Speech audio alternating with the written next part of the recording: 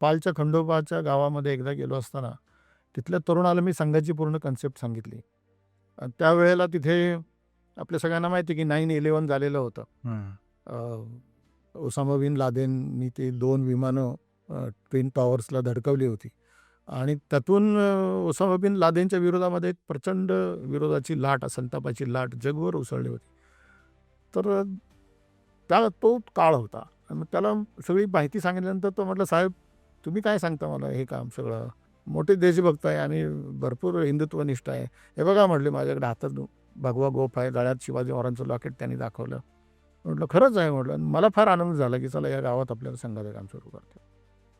पण जेव्हा मी त्याला हे म्हणालो की आपण काम सुरू करू, तेव्हा तो म्हटला की "साहेब, तुम्ही म्हणताय खरं आहे, परंतु जर मी संघाचं काम सुरू केलं तर माझा ऊस कुणी नेणार नाही." तिथं मला स्ट्राईक झालं की अरे, ग्रामीण भागामध्ये आपण कितीही प्रयत्न केले संघाच्या कामासाठी, हं, हं. तरीसुद्धा जोपर्यंत आर्थिक गतिविधीमध्ये ते कुणावर तरी अवलंबून आहेत. ग्रामीण भागातला हिंदू समाज आणि ज्यांनाच हिंदुत्व नको आहे, असे लोकं जोपर्यंत आहेत आणि हा समाज, हिंदू समाज जोपर्यंत अशा लोकांवरती त्यांचं जनजीवन, रोजचं जीवन, उपजीविका अवलंबून आहे, तोपर्यंत संघाचं काम ग्रामीण भागामध्ये किती त्या ठिकाणी रुजेल आणि मग रुजल्याशिवाय ते फोफवणार नाही. वरवरचा पाठिंबा तर सर्वांचाच आहे, कारण काम चांगलं आहे, सर्वांना माहिती आहे. परंतु कार्यकर्ता म्हणून त्यांनी पुढे येणं आणि तेव्हापासून ते डोक्यात होतं आणि ही जी कोरोनातली ही संधी आली, की लॉकडाऊन आल्यानंतर लगेचच हा विचार झाला.